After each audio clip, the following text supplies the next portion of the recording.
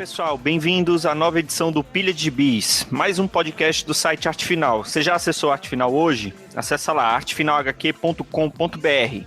E na edição de hoje, eu, Marcos, estou com o Luigi.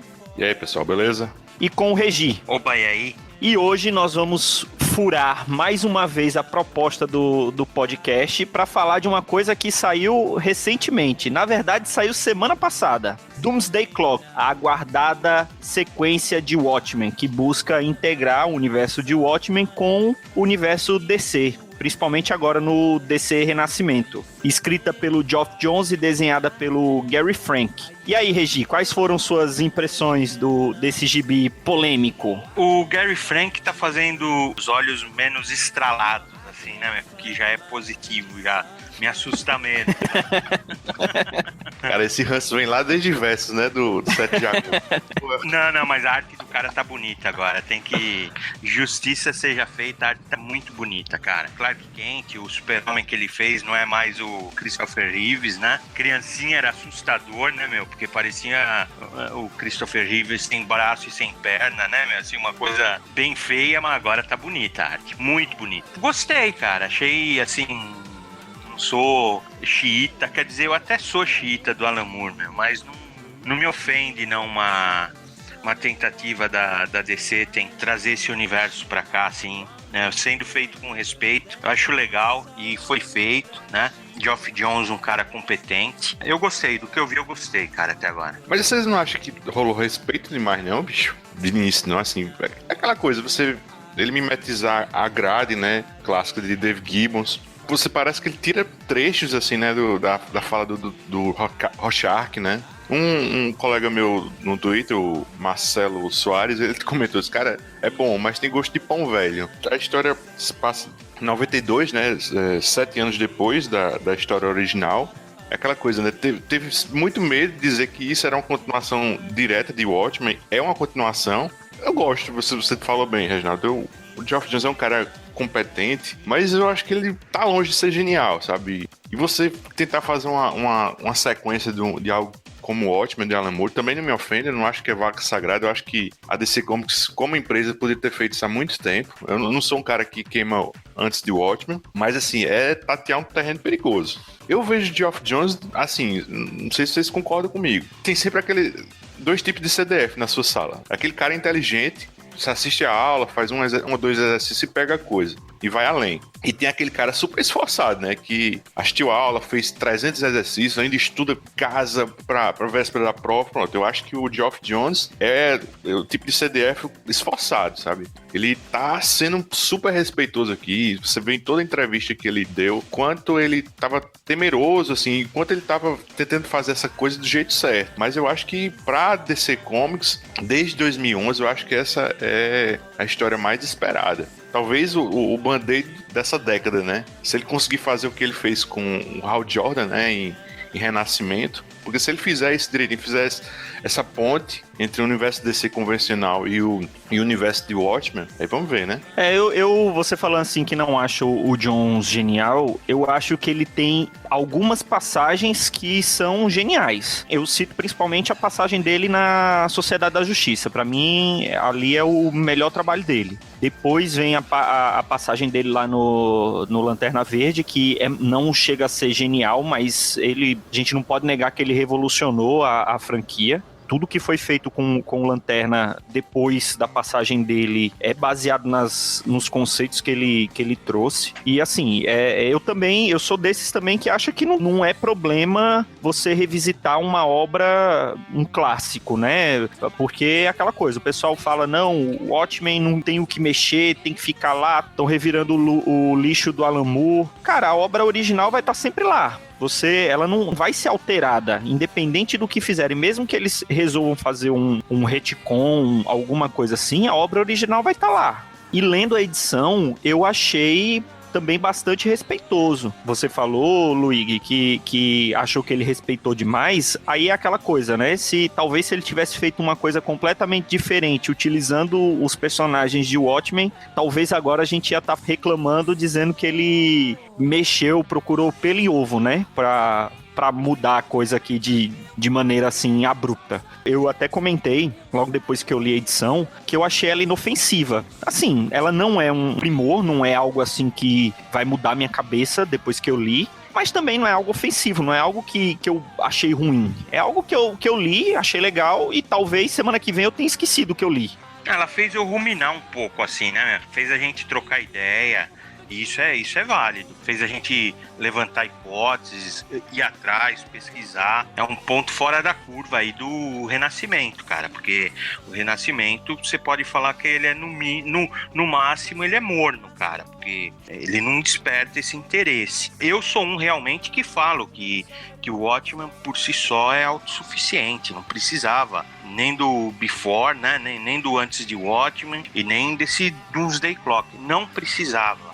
Mas tem que ter a visão corporativa da empresa. Eles não vão pegar uma marca, né, um material, uma propriedade intelectual dessa e colocar num altar e guardar. Isso daí é utópico demais, né, meu? Então, já que vai fazer, faz bem feito.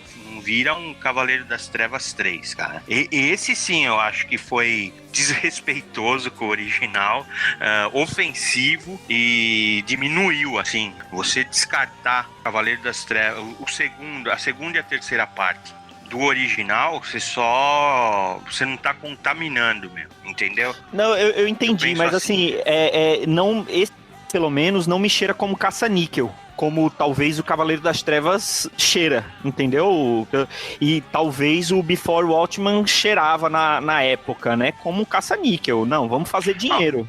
Não parece pra mim. Quem estuda um pouco de marketing, um pouco de negócio, tem um negócio que chama matriz BCG, né? Que você segmenta, vamos dizer, o seu catálogo de produtos ou de serviços, assim, numa forma que você chama de o produto estrela, outro é o abacaxi ou o cachorro, a vaca leiteira, que é o que te dá o dinheirinho do mês a mês. Eu digo o seguinte, se a DC tivesse com todo esse catálogo rentável, Vertigo saudável, o universo DC coeso, dando aí lucratividade, eu não sei se mexeriam nisso não, cara.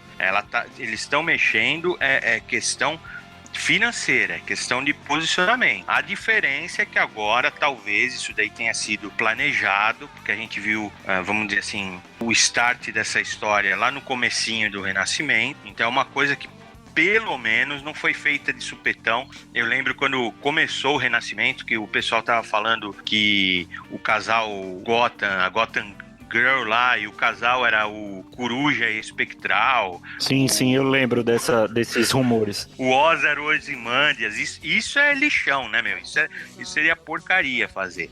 Aqui ele tá aparecendo, eu entendi o ponto que o Luigi levantou, porque parece que às vezes eles fizeram assim, tipo, Gary Frank, ele chegou a reproduzir os mesmos cenários, né? A torre lá, o prédio dos Ozymandias, a prisão onde tem a fuga do Rorschach, tem o ninho do Coruja, são reproduzidos assim fielmente, assim, chega a ter objetos assim que remetem aos quadrinhos originais do Gibbons, meu. E isso daí, assim, pra mim me pareceu realmente respeitoso, mas super interessante revisitar a arte do Gary Frank, que é mais moderna. Me pareceu legal, cara, o fato de do Rorschach não ser ressuscitado, ter uma historinha aí por trás é legal. Achei legal, cara. Achei bem legal mesmo esse começo. Sobre essa questão do respeito, assim, demais, assim, do rebanho de Alan Moore, inclusive com a fórmula dos quadrinhos dele, assim, eu fico olhando aqui pra minha estante, eu fico olhando pros quadrinhos do Alan Moore, sabe? Porque você vê Bruto Watch mesmo, é uma transcriação, assim, você adapta uma coisa e criar ao mesmo tempo. Dos personagens da Charlton Comics. Você vê a Liga Extraordinária, são personagens tombados pelo domínio público e, assim, que o Alan Moore se apoderou desses personagens e criou em cima deles. O Miracle Man era o quê? Era o Shazam, o Capitão Marvel, né? O Monstro do Pântano, ele pegou o Monstro do Pântano do Len Wein e subverteu, deu a visão dele, assim, que todos conhecemos, inclusive ofuscou a criação original do criador, né, do Len Wein. Assim, do Inferno é uma história em cima do mito sobre Jack o Estripador. Providence, que a gente... Provavelmente a gente deve fazer um podcast em 2017, no 7 de agosto, é em cima do HP Lovecraft, né? É muito difícil, assim, você falar em questão de respeito ao Alan Moore. Alan Moore nunca foi o cara que respeitou nada, assim. Ele tem claro, ele tem o maior respeito pelas obras originais, ele é fã, e é como se fosse a obra do Alan Moore fosse fanfics. E não tô dizendo nada errado, assim, do fanfic. Esse respeito, assim, esse preciosismo que algumas pessoas têm. Por exemplo, eu tava lendo, antes da gente entrar no ar, o Antes do Watchmen, do Dr. Manhattan. E eu até, assim, se você for fazer um leitor eventual que... Pô, não pegou nada disso, não leu nada do Renascimento, se você quiser fazer uma timeline direitinho dessa discussão que a gente vai fazer agora, é que você pegar o Watchmen, você lê o Watchmen, aí você lê esse Antes de Watchmen, esse Dr. Manhattan, do Straczynski e do Adam Hughes. Você lê o Universo DC Renascimento, aquele especial do Geoff Johns. E você lê agora... Não, talvez você possa ler também o The Bottom, do Tom King, né? E lê agora esse Doomsday Clock. Acho que a timeline correta, direitinha é essa. Se você não quiser pegar nada de mensal, nada, enfim, a DC valorizou muito. Acho que demorou muito pra colocar essa história em curso. Eu acho que o Universo DC Renascimento saiu. Provavelmente o Geoff Johns ainda estava escrevendo ela. Eu acho que a gente analisar essa primeira edição, claro, a gente vai fazer nossas as impressões agora, mas é uma análise comprometida porque a gente só pode julgar essa história quando ela tiver com as 12, né, as 12 prontas, né? Mas esse é um compromisso da gente aqui no Pilha, que a gente vai tentar, toda vez que sair uma edição do Doomsday Clock, a gente vai fazer uma análise, assim. Porque é bem interessante isso depois, assim, se a gente pensar assim, ao longo do tempo, assim, pronto, você depois pegar esses episódios, assim, ler e escutar em maratona, sabe? Porque a gente vai ser a impressão da gente de cada capítulo. Isso vai ser bem legal. Algo que a gente não poderia fazer num programa isolado do 7 de agosto. Porque a gente falaria da obra em si, completa, mas a gente perderia os detalhes, né? Falando da história, o Johns, ele, como a gente falou, é uma continuação direta. E uma das coisas que eu gostei muito quando falaram, não, o Rorschach vai aparecer. Aí a gente falando, porra, o Johns vai dar um jeito de ressuscitar o Rorschach depois da forma que ele morreu. Talvez uma das cenas mais icônicas de Watchmen foi aquela passagem da morte do Rorschach. Ele não fez isso, né? É um personagem novo que, por algum motivo, ele quer seguir os passos e ele acredita que é o Rorschach. Não existe... Ele não é um substituto. Ele acredita que é o Rorschach. A própria obra no Watchmen, o Rorschach em si, ele é um Zé Ninguém, né? O alter ego, né, do Rorschach é um Zé Ninguém. Ele sofreu abuso e tal, aparentemente tinha alguns problemas psicológicos, mas o personagem em si, quem importava era o Rorschach. E aparentemente o Johns, ele quer fazer algo parecido com esse personagem novo. E a gente tava até discutindo em off que tem aqueles dois novos personagens que o Johns introduz aqui, que é o Mímico e a Marionete, que seriam personagens da Charlton, que o Alan Moore não usou, e a gente pesquisando aqui chegou à conclusão de que podem ser seria Pierrot e Colombina, que são aqueles vilões que até apareceu naquele arco agora do Renascimento. Cara, e os personagens bem legal, né? O Marcos Maes, que é o Mímico, e a Erica Manson, que é a Marionete, né? Esse Rorschach tá indo libertar eles, né? Pra uma missão específica. Na verdade, tá indo libertar ela, né? Ela que falou que só vai se levar ele. Ele não queria levar ele, né? Exatamente. E ele mordeu a língua dele, né? Arrancou a própria língua, né? Esse Marcos Maes, né? E aí o Gary Frank tá coleira solta, né, meu? O cara se segurou em todos os quadrinhos, mas no olhar desse cara, ele capricha, ele põe assim... Ele voltou às origens. Estraladão, assim, o cara tá pego, assim, ó, é assustador esse olhar, meu. E ele pinta, né, a boca, né, com sangue, né, fica parecendo a boca de palhaço, né? Os dois têm cara de ser loucaço e parece que tem um filhinho envolvido, né, Nessa primeira cena, ele fala, não, ele só vai sair daqui se for carregar as armas dele, porque são armas feitas, ele precisa das armas. Aí o Rorschach, tá, vamos lá. Quando abre o armário vazio, mas peraí, tá vazio. Aí ele tá lá pegando as armas imaginárias e se vestindo, eu falo, o cara é maluco. Essa foi boa, viu? Cara, a única coisa que eu falo, assim, isso é muito legal, tal, tudo, dá um temperinho, assim, né, interessante, vai vir coisa nova aí pra esse universo. Parece ser interessante, sim. Mas o que eu fico pensando é assim, aquela discussão que a gente fez no Versus, que Poder Supremo podia ser uma Liga da Justiça Ultimate da DC, poderia ser uma Liga da Justiça Vertigo. Quer dizer, na época do lançamento do filme da Liga, poderiam estar fazendo um material novo da Liga, uma releitura madura, igual a gente viu que isso ser Poder Supremo, né? Com esses mesmos artistas, poderia ser o Jones e o Gary Frank. Sei lá, trazer uma coisa nova para o universo. E não tá acontecendo, tá? Nós estamos revisitando o universo de Watchmen. Isso daí, assim, não deixa de ser uma coisa assim, né? Uma nota negativa, cara. Não tem jeito de você, sabe, tampar o sol com a peneira. Fala, pô, mas não é à toa que essa indústria tá patinando tanto, né, meu? Porque os caras não estão procurando saídas criativas, né? Eles vão no jogo seguro, é isso que eu quero falar, cara, sabe? É lógico que Watchmen ia chamar atenção, cara. Lógico, o fato desse universo ser integrado no universo DC, claro que vai chamar atenção, mas é a saída mais criativa, mais interessante para a indústria? Aí eu já acho que não, cara. E talvez, cara, eu tô de olho há muito tempo em alguns fetiches do Geoff Johns e um deles, assim, um principal é essa mania de redimir vilões, né? Porque se você olhar lá pra trás, no Flash, ele, de certa forma, ele humanizou e redimiu o Capitão Frio. Lanterna Verde foi com o Sinestro. Na Sociedade da Justiça, ele fez isso com o Adão Negro. E em Vilania Terra, ele fez isso com o Lex Luthor, né? Já nos 952. E o que acontece, né? O que já fica, assim, aquela coisa meio latente aqui no Doomsday Clock 1? É que talvez ele vá fazer isso com o Adrian Veidt, né? O Ozymandias. E fora que a gente ainda tem a muleta do Flash Reverso, como em Flashpoint, se mudando aqui e acolá, fazendo ajustes na realidade, na continuidade, no tempo, com o Dr. Manhattan, né? E talvez isso não tenha sido nem ideia do Jones, né? Eu falei ainda agora que eu tava lendo o antes de Watchmen, do Dr. Manhattan, do Straczynski e o Adam Hughes. Cara, eu li isso agora, pô, eu achei genial isso aqui É muito boa essa história, cara, que é quando o Dr. Manhattan, ele subitamente percebe que, assim, ele se entende como um agente modificador. E, assim, que ele começa a fazer modificações sutis na realidade, sabe?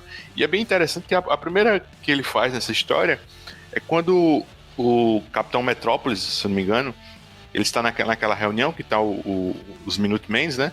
Vai dividir em duplas, né? Para os combatentes se conhecerem melhor. E quando ele vai tirar a caixa, tem dois.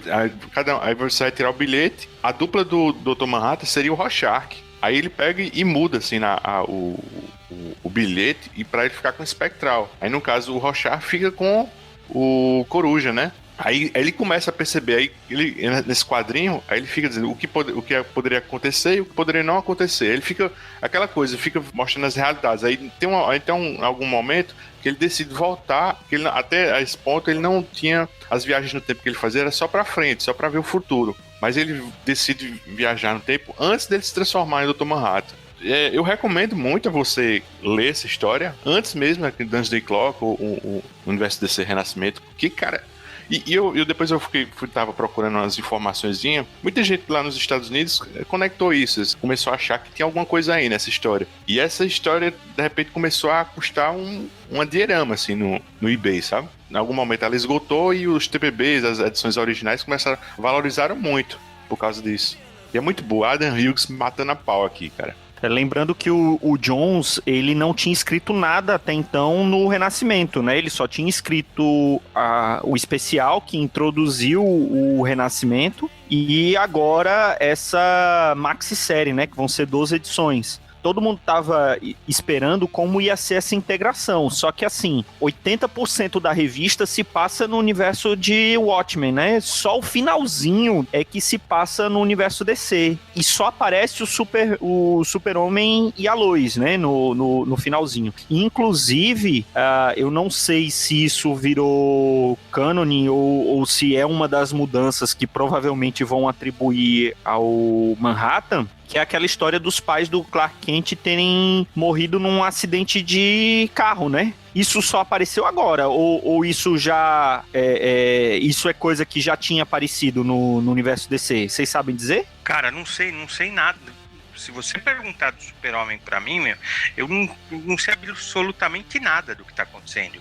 Não sei se esse é o Barbudo ou o Super-Homem do reboot. Eu não sei se essa Lois é a Lois que ele trouxe também junto com ela, ou se é a Lois que já existia no universo do reboot. Eu não sei o que tá fazendo o filhinho, onde tá o filhinho dele nessa história. Ó, é um balaio de gato, cara, que eu nem me atrevo a tentar saber também. Em tese, esse Superman e Lois que aparecem em Doomsday Clock talvez seja esse do pós-crise, né?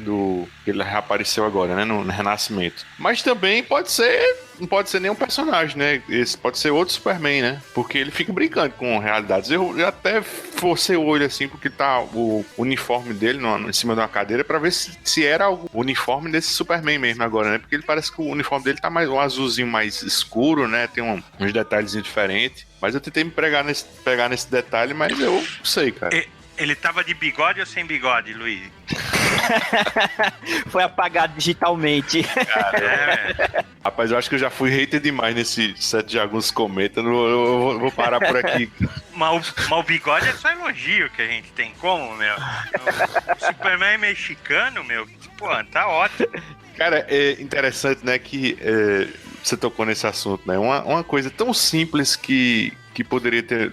Tá, ele tá com bigode, ele tá com a barba e tal. Cara, se ele voltasse dos mortos, ele voltava com a barba, com o bigode. Se ele tivesse só com bigode, fazer só um complementozinho, barba postiça mesmo. Não era, bicho. Aí o cara pegava, apagar essa porra e fazer uma referência aos quadrinhos, ele com cabelo... Alguma coisa desgrenhada, né? Para mais informações sobre a paixão do Luigi do filme de Liga da Justiça, escuta aí o Sete Jaguns comenta sobre o filme, saiu tem pouco tempo, deve estar aí no teu feed, ou então acessa lá o site que você vai se deliciar com a opinião do Luigi sobre o filme lá. E outra coisa, né? Ou não. Outra coisa que me chamou a atenção é que a última página da revista tá lá, toda preta e tem assim, dedicado ao Len Wein, né? Foi o editor de Watchmen, né? Dizem que foi ele que convenceu o Alan Moore, ele queria usar os personagens da Charlton, falou assim, ó, já que a DC não deixa usar os nomes, usa os personagens e muda os nomes, e faz a história que você quer. A edição toda, o layout é das edições clássicas do Watchmen, né?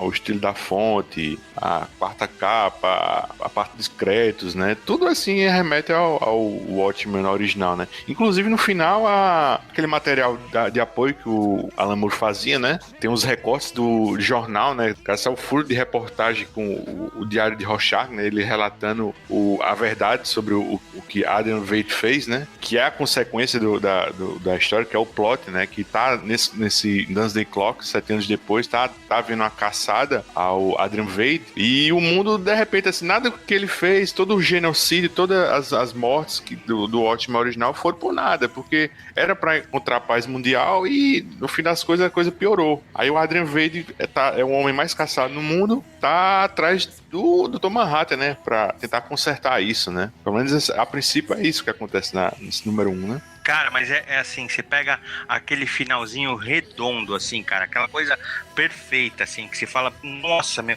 o cara destruiu a cidade, mudou o mundo pra dar uma chance pra humanidade. O cara foi assim, você não sabe se ele foi gênio ou louco, e só uma pessoa sabia a verdade disso, e deixou, tá empilhado na correspondência, que você acha que aquele gordinho do jornal nem vai ler, isso daí vai ficar perdido pra sempre.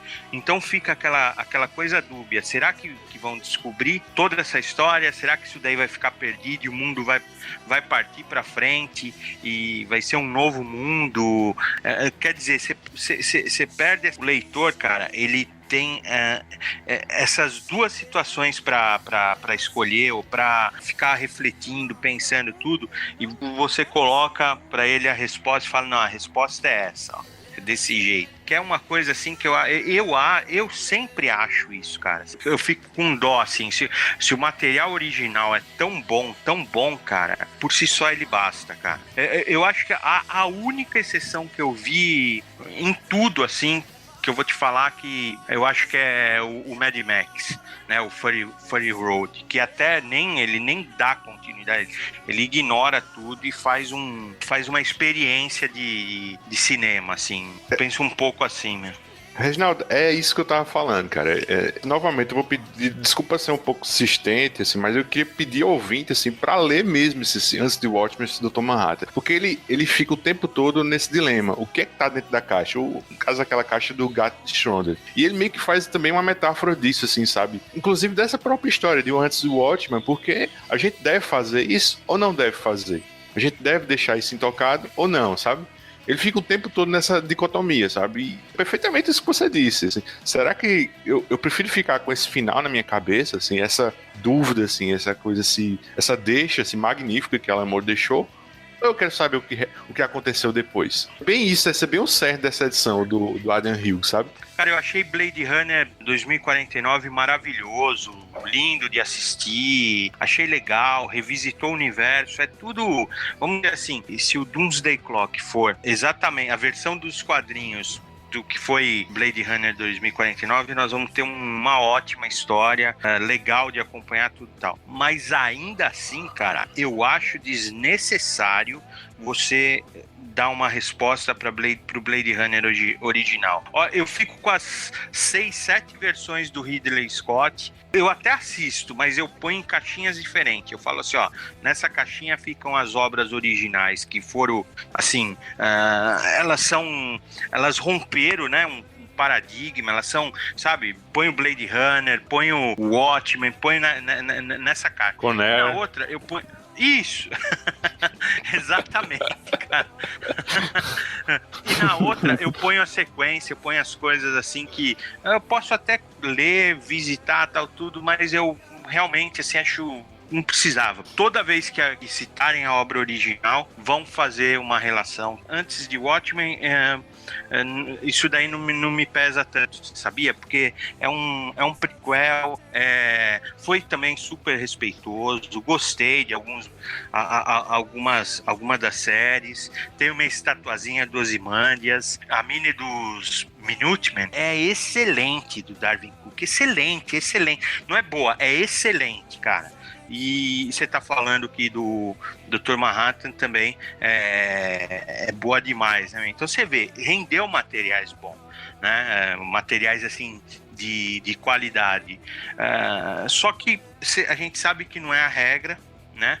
A gente sabe que corre um risco de relacionar um material de qualidade com uma porcaria. Vê o exemplo aí do Cavaleiro das Trevas. Não sei, cara. Eu realmente não sei. Se perguntarem pra mim, eu prefiro ver coisa nova. Vamos. Essa foi só a primeira edição. Na minha opinião, me deixou curioso para continuar lendo a série. Se vai corresponder às expectativas ou não. Só o tempo dirá, já diria o outro, né? E como o Luigi falou, a gente deixa o compromisso de fazer outros pilhas sobre as próximas edições. Vamos tentar analisar as 12 edições do Doomsday Clock ao longo agora de 2018, conforme for saindo as edições. E no final a gente vai ver se o saldo foi positivo ou não, se valeu a pena ou não mexer nesse vespeiro, né? Continuar uma obra que, como o Regi falou, não precisaria de continuação.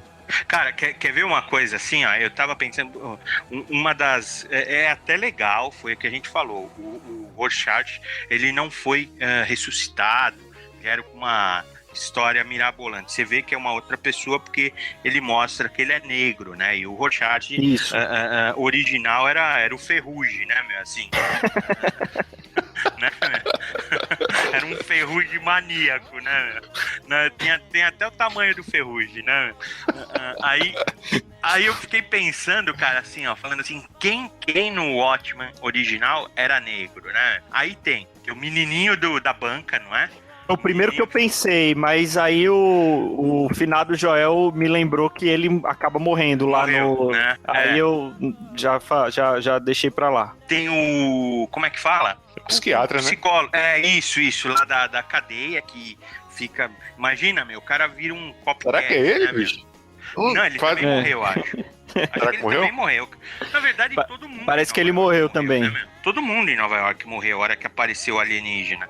Você fala assim, nossa, meu, será que vão deixar o menininho da banca marombeiro, assim, meu, maníaco? Ou o psiquiatra era gordinho, né, meu? Era assim, tinha problema na cama com a mulher. Você fala, nossa, o cara pirou, né, meu? Tomara que não façam isso, cara. É o risco que se corre de mexer num material original, né, meu? Eu acho assim, o Luigi falou que o Alan Moore faz isso. E faz mesmo. Mas aí, cara, é a mesma coisa que você pedir um Uber, meu, e se tá lá dentro o Schumacher, né, meu, pilotando. Você fala, pô, cara...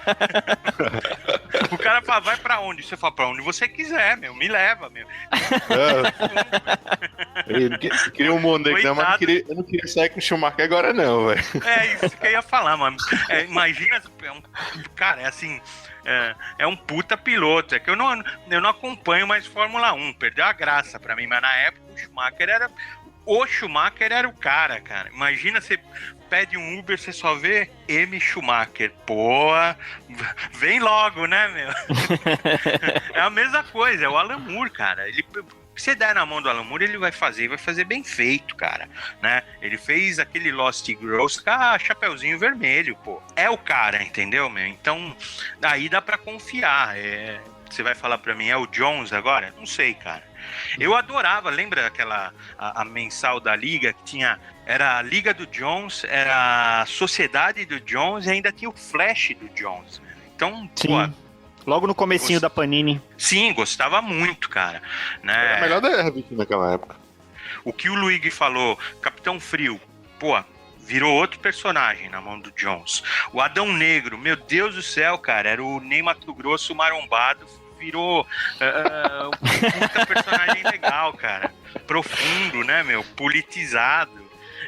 Quer dizer, ele faz. Até o Luthor dele na Liga, não me incomodava. Cara, o que eu gostei mais foi o Sinestro dele, velho. O Sinestro, ele meio que vira um Magneto, né? Na DC Comics nessa época. E era um personagem raso, né? Não tinha personalidade nenhuma, assim. Ele virou outro personagem com o Jones. É isso aí. Um contexto que ele era amigo do Hal Jordan, né? Bem bacana, cara. Será que o Ozymandias precisa de uma redenção, cara? Não sei. Você já tem umas capas no próximo já que sugere que ele tá com o Luthor, né? Tem umas capas lindas, né? Do Gary Frank, que a gente já viu. E tá lá o Lex Luthor na mesa e parece que a mão do Ozymandias, acho que do lado, né? Ele tem uma Bubatis pequenininha, né, meu? Bonitinha. Eu criaria. Seria menos ameaçadora do que a Shumi, né? A gatinha do Val, né? Mas é exótica igual, né, meu? A Shumi deve ter cruzado, sei lá, meu, com um saco de lixo, alguma coisa assim, meu, pra a Shumi é o cruzamento da Shumi com o Nanuki. É o diabo cruzando com um saco de lixo. Saiu assim. Bom, dito isso, eu acho que a gente pode fechar, né? Desculpa aí, do Vale. Adoro a Shumi. Carne de gato é boa, hein, meu? Deixa eu falar que eu comi, meu. Não é ruim não, hein, meu? Um desses empregos de Reginaldo, hein? Pelas fotos é mais fácil a Shumi lhe assar do que você assar a Shumi, viu? É verdade, meu. É verdade, meu. A gente tem que botar pra o ouvinte saber o que a gente tá falando. A gente vai botar uma foto no post da gata do Vale. Uma foto dela bem entidade, simpática. né, meu? Bom, é isso, pessoal. Esse foi o Pilha de Bis. Como a gente falou, futuramente faremos as próximas edições de Doomsday Clock. Aguarde. E enquanto isso, vá lá no Arte Final, escute os outros podcasts que estão lá, compre na Amazon através dos nossos links, que você vai estar ajudando muito a gente e vai estar ajudando a gente a manter esse trabalho que a gente gosta muito de fazer. Divulga a gente, cara. Retweeta aí. Se você falar da gente, bem ou mal, você ajuda. Pois é, falem bem, falem mal, mas falem da gente. E é isso, valeu, Regi. Valeu. Valeu, Luigi. Valeu, foi uma honra. Valeu, pessoal, até o próximo Pilha, na semana que vem. Um abraço, tchau.